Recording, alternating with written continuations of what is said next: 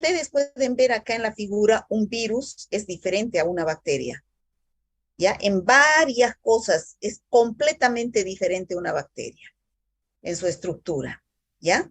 ¿Qué es lo que vamos a ver ahora? Vamos a conocer la estructura de un virus, vamos a identificar la morfología de los virus, así como las bacterias presentan forma de coco, bacilo, espirilo, vamos a ver que los virus presentan morfología muy diferente a las bacterias. Vamos a ver las etapas de la replicación viral, qué técnicas de diagnóstico laboratorial tenemos o sea, para el diagnóstico de los virus, ¿no? Esos son los objetivos de la clase.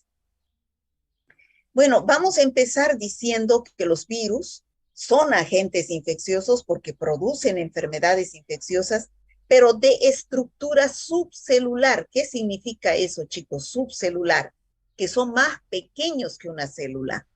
O sea, mucho, 1000 veces más pequeños que una bacteria, que es una verdadera célula procariota. Los virus no son células. Los virus tienen que ingresar a una célula para poder vivir. Por eso se dice acá, son parásitos intracelulares estrictos. Si no están dentro de una célula, cualquier célula, puede ser célula muscular, puede ser una célula de una bacteria, de un parásito, pero tienen que estar dentro de una célula para poder vivir, crecer y reproducirse. Son de pequeño tamaño, su estructura es elemental y tienen un mecanismo de replicación. Esa es la característica fundamental de los virus. ¿Cómo es su estructura? Fíjense ustedes acá, quiero que entiendan bien, porque esta es la base, es el cimiento de todo lo que vamos a ver adelante. Los virus están formados en primer lugar por un material genético, que igual que las bacterias es como ADN o ARN, ya que está enrollado dentro del virus. Puede ser, hay virus que tienen ADN y hay otros virus que tienen ARN, ¿ya? Después de ese material genético está una estructura que es esta de acá llamada, esta amarilla, que se llama cápside. Esta estructura llamada cápside es de naturaleza proteica, está hecha de proteínas. Y esta cápside está constituida por unas unidades, cada uno de estas estructuras que ustedes están viendo acá se llaman capsómeros. Cada uno de estos se llaman capsómeros que constituyen la cápside y es de naturaleza proteica. Entonces, hasta el momento hemos visto que un virus está constituido por material genético que puede ser ácido ribonucleico o ácido desoxirribonucleico y una estructura proteica llamada cápside, donde cada una de estas está constituida por un capsómero, por varios capsómeros.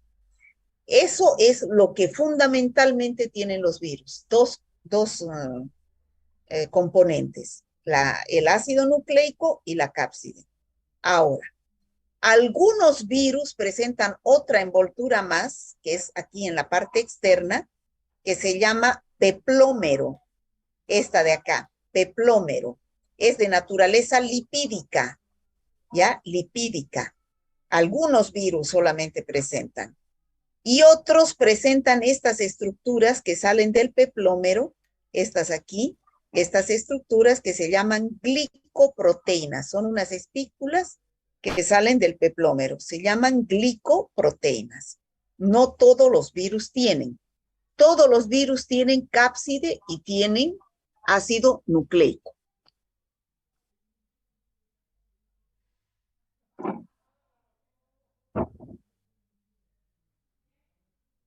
Pero no todos los virus tienen peplómero y las glicoproteínas. ¿Hasta ahí me dejo entender? Sí, doctora.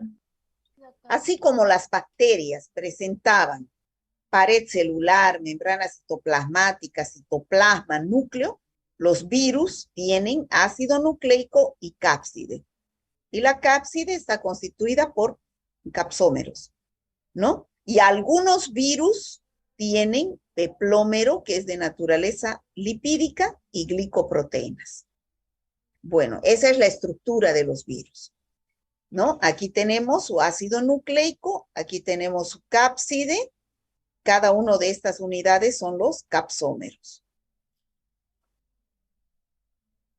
Bueno, ¿qué morfología tienen los virus?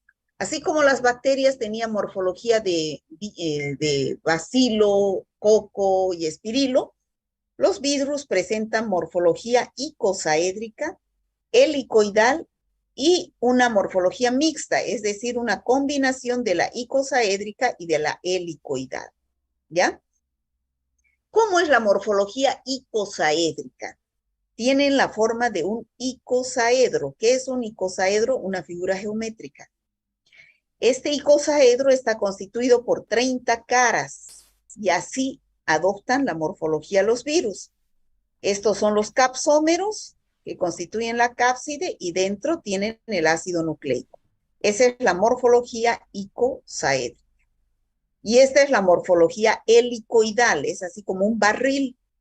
Esta es la cápside con sus capsómeros de naturaleza proteica y dentro tiene al ácido nucleico. ¿Ya? Esa es la estructura helicoidal. Y esta es la estructura mixta, es decir, que es una combinación del icosaedro y la estructura helicoidal. ¿Ya? Entonces, hay virus que tienen morfología mixta. ¿Me he dejado entender hasta ahí, chicos? ¿Chicos? Sí, doctora. Sí, doctora. Ya. Entonces, hemos dicho hasta el momento que los virus son estructuras subcelulares que tienen que entrar dentro de una célula para poder vivir, crecer y reproducirse. No pueden vivir por sí solos como las bacterias, como los parásitos, los hongos.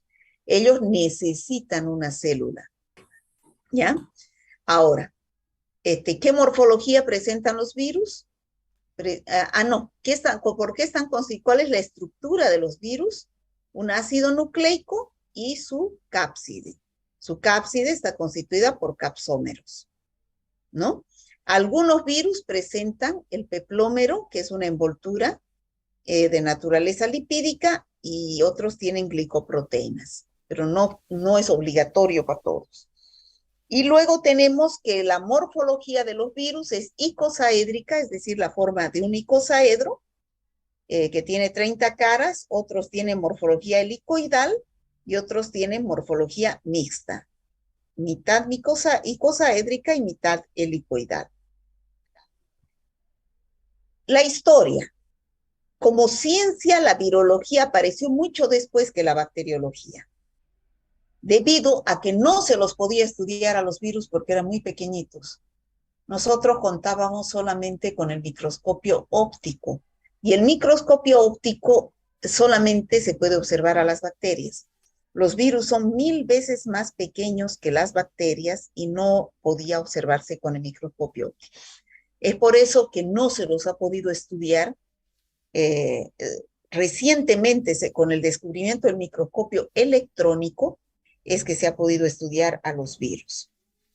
Para ver el tamaño de los virus, este es un bacilo, esta es una bacteria, es una Escherichia coli, ¿ya? Que tiene un tamaño de 1000 nanómetros, o sea, una micra, ¿ya? Una micra tiene de ancho. Las bacterias, ustedes saben que se miden en micras. ¿Qué es la micra? Es la milésima parte de 1 milímetro. En cambio, los virus se miden en nanómetros. ¿Y qué es el nanómetro? La milésima parte de una micra. ¿Ya? O sea, son 1000 veces más pequeños que las bacterias. Entre los virus más grandes están los poxvirus, que son el virus de la viruela. Luego, entre los virus más pequeños tenemos los parvovirus. Estos miden entre 20 a 30 nanómetros. Los poxvirus miden 300 nanómetros. Intermedios entre 20 y 300 están los otros virus. El virus de la rabia, que es el raptovirus, los herpesvirus, los adenovirus. Eso es para que se den cuenta la diferencia de tamaño que existe entre los virus y las bacterias. Ahora, ¿por qué estudiamos a los virus?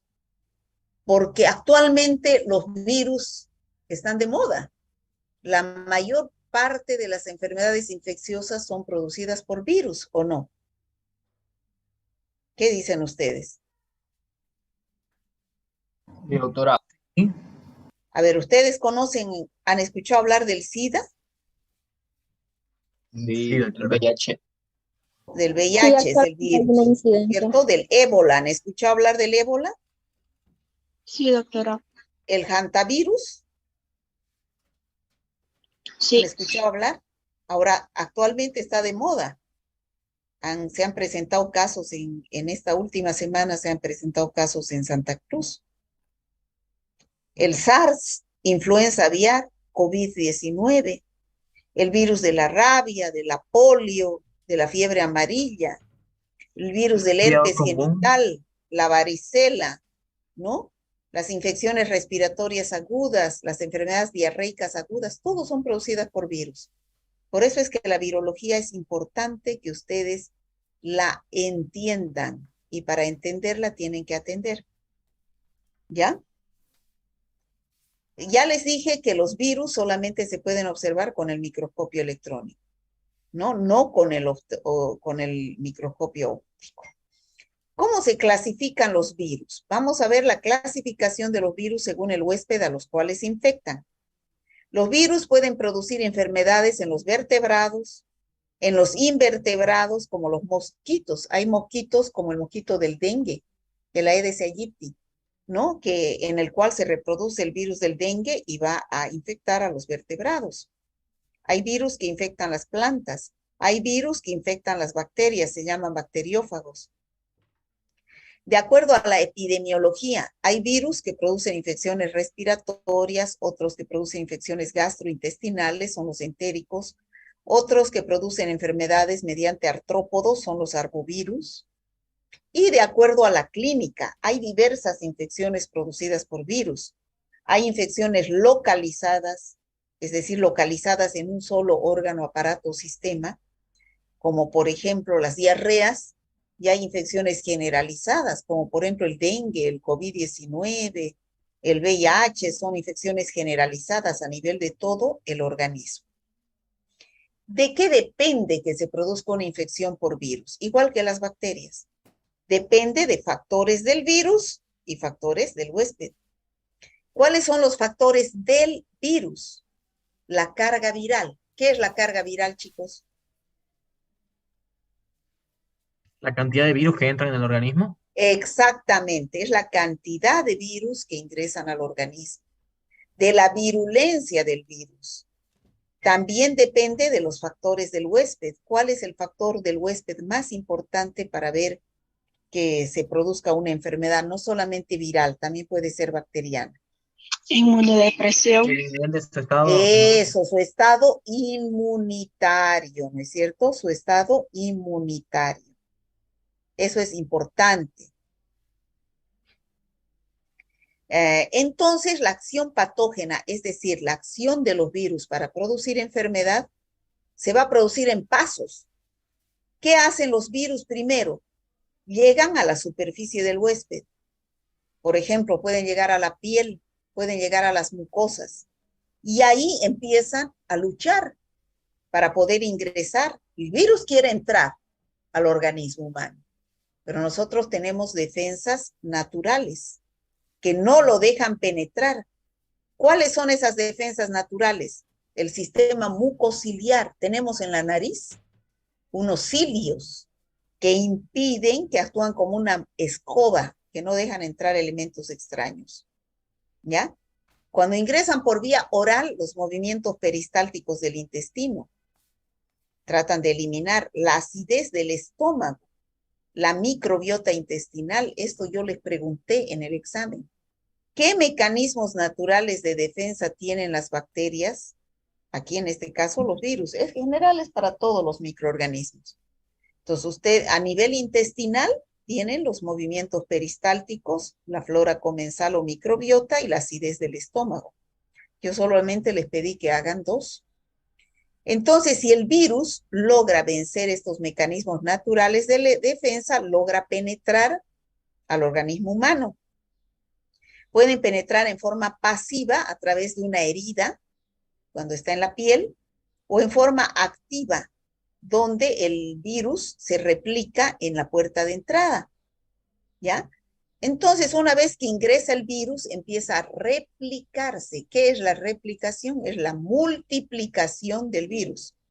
Puede ser en la puerta de entrada y de ahí alcanza diversos órganos y tejidos donde se produce la replicación. Entonces, se vuelven millones de virus una vez que ya está dentro del organismo humano. Entonces, ¿qué sucede? El organismo no se queda tranquilo, empiezan a actuar sus defensas. ¿Cuáles son? Los factores humorales, que son los anticuerpos, y los factores celulares, que son los linfocitos T, los linfocitos B, los leucocitos, ¿no? Entonces, ahí se establece una lucha entre el virus y nuestras defensas. Y luego invade el virus por vía sanguínea, por vía nerviosa, llega a los aparatos, órganos o sistemas, donde va a producir su acción, ya sea una infección productiva citolítica con destrucción de las células y daño o acción lesional en los órganos y tejidos, o también pueden producir infecciones persistentes o crónicas. Esa es la forma como los virus penetran al organismo humano para producir infección. ¿Está claro hasta ahí, chicos? Sí, doctora. Bueno. Entonces, ¿cómo es que el virus logra multiplicarse? ¿Cuál es el sinónimo de multiplicación? Replicarse. Replicación viral. O sea que replicación es igual que multiplicación. Un virus van a volverse un montón. Muchos virus. ¿Y cómo sucede eso? Fíjense ustedes que los virus son organismos unicelulares. No tienen enzimas que sinteticen los elementos que ellos necesitan. Entonces, como les dije anteriormente, los virus no pueden crecer, ni reproducirse, ni aumentar de tamaño. Entonces, ¿qué tiene que hacer este virus para poder replicarse o multiplicarse? Tiene que penetrar al interior de una célula viva, susceptible, que es la que le va a realizar el favor de la replicación. En este caso vamos a explicar la replicación viral en una célula bacteriana. Ustedes conocen que esta es una bacteria. Ya la conocen de memoria, ¿no es cierto? Entonces, ¿qué hace el virus? Logra penetrar a la célula y una vez que penetra a la célula, empieza los procesos de replicación. ¿Qué es lo que sucede? El virus infecta la célula y libera su ácido nucleico. Este virus que ingresa a la célula en la cual se va a producir la replicación, libera su ácido nucleico dentro de la célula. Ese ácido nucleico es material genético. Ese ácido nucleico va a ir a dar la orden a la célula a la cual está infectando el virus. Vuelvo a repetir. Este virus ingresa, libera su ácido nucleico aquí dentro de la célula. Este ácido nucleico del virus va a ir a dar orden a esta célula para que el virus comience su proceso de replicación. ¿Y cómo comienza? Esta célula empieza a sintetizar por orden del virus, de su material genético, empieza a sintetizar los componentes del virus dentro de esta célula. ¿Ya? ¿Cuáles son los componentes del virus? La cápside y la membrana. La cápside y... Y material genético, perdón. Exactamente, el material genético, ácido nucleico, que es el ácido desoxirribonucleico o ácido ribonucleico, dependiendo del virus. Entonces, esta célula empieza a sintetizar esos elementos, que son las proteínas para formar la cápside y los ácidos nucleicos. Esa célula va a ir produciendo estos dos componentes dentro de su estructura.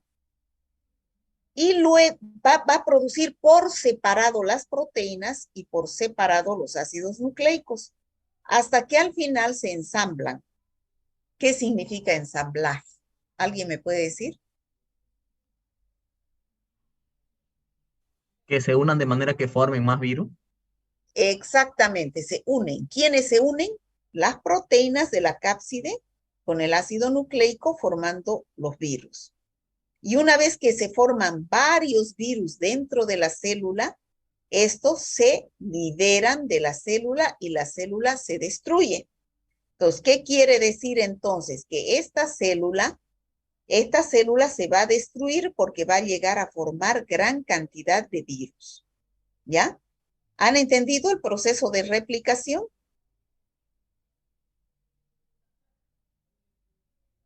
Sí, doctora. Bueno, dicho de otra forma, el virus penetra dentro de una célula susceptible.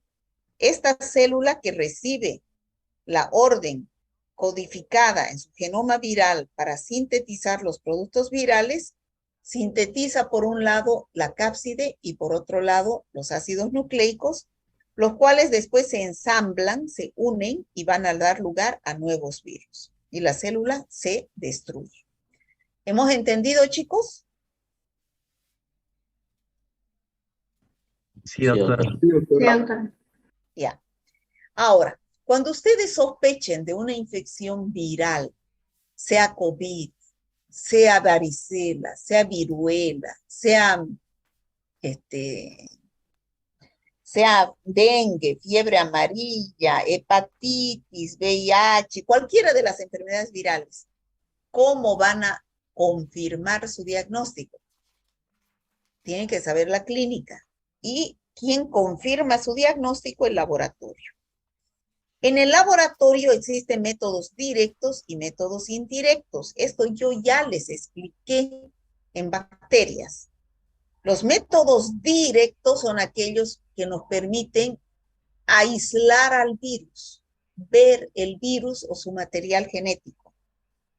¿Cuáles están dentro de los métodos directos? Las técnicas moleculares, es decir, la PCR. Es un método directo. Y también el microscopio electrónico. ¿Ya? Esos son métodos directos. En cambio, los métodos indirectos son aquellos que no nos permiten ver al virus ni sus componentes, sino los rastros que ha dejado el virus como consecuencia de su ingreso. ¿Y cuáles son esos? Los anticuerpos que ha formado. Por lo tanto, cuando ustedes sospechen de una infección viral, si quieren saber si es reciente, van a pedir un método directo. Pero si quieren saber si ha pasado cierto tiempo, van a pedir un método indirecto. ¿Ya? Un método indirecto mediante el dosaje de anticuerpos. Estos son laboratorios de virología. ¿Cómo prevenimos nosotros las infecciones virales? Bueno, lo más utilizado son las vacunas, donde neutralizamos los virus antes de la fijación a las células sensibles. Es decir, ¿qué nos introducimos mediante una vacuna? Parte del virus, ya sea su ARN, como en el caso del COVID, o puede ser el mismo virus inactivo o atenuado. Entonces, o una variante del virus o una variante del virus, sí, o una variante del virus. Entonces, ¿qué va a hacer ese material genético del virus? Va a estimular a nuestro organismo a que produzca anticuerpos para que esté preparado cuando ingrese el virus, ¿ya? Para que esté preparado. Entonces ya nosotros, si nos vacunamos, vamos a tener anticuerpos preformados que van a neutralizar si ingresa el virus. ¿Está claro? Sí, doctora. Ya, eso se llama inmunización activa, porque nuestro organismo está produciendo los anticuerpos. Y hay vacunas por vía oral, por vía parenteral, así por ejemplo en gotitas se coloca para la polio. Ahora, el tratamiento de los virus, chicos, no existe tratamiento antiviral, ¿ya? No existe un antiviral que vaya a destruir a los virus hasta el momento. Solamente existen medicamentos que inhiben la replicación de los virus, ¿ya? Como por ejemplo la amantadina, el aciclovir, el ARA-A, el ARA-C. Entonces solamente inhiben, no destruyen como los antibióticos a las bacterias. Doctora, Los una pregunta. antibióticos bactericidas destruyen a las bacterias. En cambio, los antivirales no destruyen a los virus, solamente inhiben su replicación. Dígame. ¿Estos serían medicamentos retrovirales? Antivirales. Antivirales, ya. Gracias. Antivirales se llaman. Pero en la mayoría de las infecciones virales, el tratamiento es sintomático, es decir, solamente se tratan los síntomas. Solamente en algunas enfermedades se pueden dar estos antivirales, donde se ha visto que son efectivos. Porque no destruyen al virus, solamente tienen, la opción de acortar el periodo de la enfermedad. Esos son los virus, chicos, en forma general. ¿Tienen alguna pregunta? He hablado en forma general de todos los virus. ¿Hay alguna pregunta? No, doctora. ¿Está claro? Sí. Sí, doctora. Ya. Entonces ahora, cualquier ratito se va a cortar. Entonces volvemos a conectarnos al mismo enlace porque yo ya este mes no he pagado cuenta porque ya pues tenemos que ir a clases presenciales, ¿no? Entonces ya no hay para qué siga pagando el internet, el Zoom. Entonces, si se corta, volvemos a conectarnos. ¿Está claro? Bien, doctora. Ya. Entonces vamos a entrar ahora. Ya hemos hablado de los virus en forma general. Ahora vamos a entrar a hablar de una familia de virus, ya a describir a los virus. Al herpes viridae, a la familia herpes, ¿ya? La familia herpes. Esta familia herpes está constituida por una serie de subfamilias. Alfa herpes virinae, beta herpes virinae y gamma herpes virinae. ¿Quiénes están dentro de la familia alfa herpes virinae? El VHS1, que es el virus del herpes labial, el VHS2, que es el virus del herpes genital, el virus de la varicela zoster, que produce la enfermedad de la varicela, y el herpes zóster. Esos los vamos a describir a continuación dentro de la familia alfa herpes virinae. Dentro de la familia beta herpes virinae está el citomegalovirus. Y dentro de la familia gamma herpes virinae está el virus del Epstein-Barr. Entonces, esos son los virus que vamos a pasar a describir a continuación qué enfermedades producen. ¿Ya? ¿Qué tienen en común toda esta familia herpes viridae? Que producen infecciones latentes. ¿Qué significa eso? Que no se curan nunca. Una vez que uno se ha infectado con estos virus, no se cura. El virus queda latente en el organismo humano.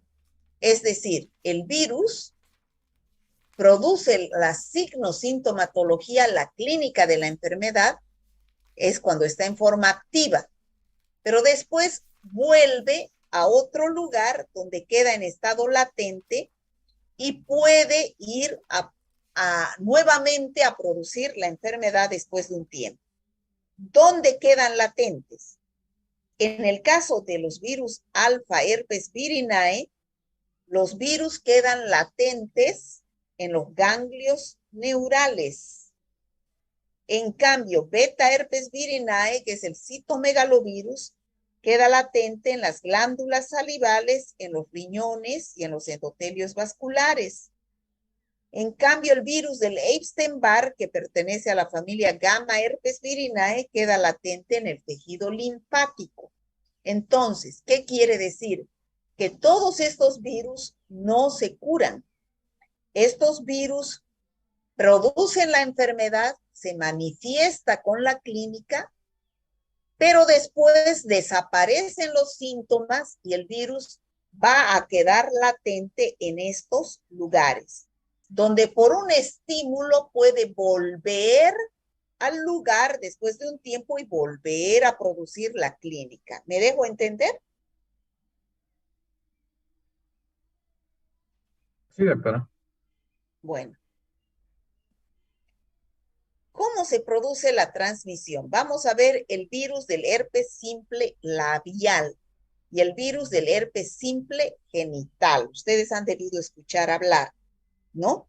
El virus del herpes simple labial, que es el VHS1, se produce por contacto oral directo, es decir, a través de la saliva, de los besos.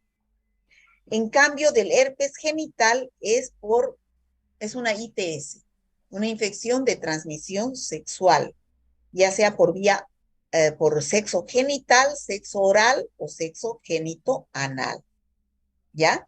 Después de un periodo de incubación de 2 a 12 días, empieza la infección. Aquí tenemos el herpes oral. Este es el VHS1. ¿Han visto esto alguna vez? Sí, doctora. Es muy común. Muchos de nosotros podemos tener, ¿no? Aparece y desaparece. Aparece y desaparece. Queda en estado latente. Lo mismo el herpes genital, pero aparece en los genitales. Aquí tenemos en la vulva de la mujer que aparecen estas úlceras o en el pene del hombre que aparecen estas úlceras. Esta semana estamos avanzando infecciones de transmisión sexual, ¿no es cierto? Estamos avanzando esas infecciones y estamos viendo que esas infecciones de transmisión sexual, así como yo les dije esta tarde en las clases de práctica, se manifiestan o bien por secreciones o bien por úlceras. Entre los que producen úlceras tenemos aquí el virus del herpes genital. Aquí tenemos el VHS1, que es el virus del herpes oral.